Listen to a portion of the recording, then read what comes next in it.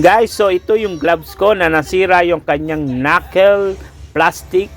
So ipapadala ko ito kay Sir Bong para mapaayos. So ngayon, nandito na siya sa shop ni Sir Bong. Si Sir Bong ay siya ang gumawa ng aking racing boots na na-expire din yung mga plastic protector niya. So itong brand ng gloves na to saka yung brand ng boots na pinagawa ko ay isa lang. So ang naging sakit nila ay yung na-expire yung mga plastic knuckle niya dun sa kamao. Yung plastic knuckle din dun sa boots ko na-expire na. So after niya ito ma-assess ay ginawa niya na. So ipapakita ko po sa inyo yung kanyang final result. So I'm so happy at nagawa ito na maayos.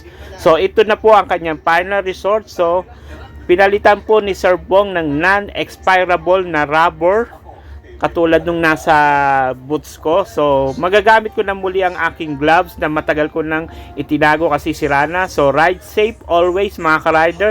Subscribe, follow and share my YouTube channel Jerry Rider at sa aming mga Facebook page. Follow nyo kami Jerry Rider. So ride safe always mga ka-rider. So magagamit na natin na ating bagong gloves sa ating everyday ride. So, dapat ingat lang tayo sa ating mga pagbibiyahe.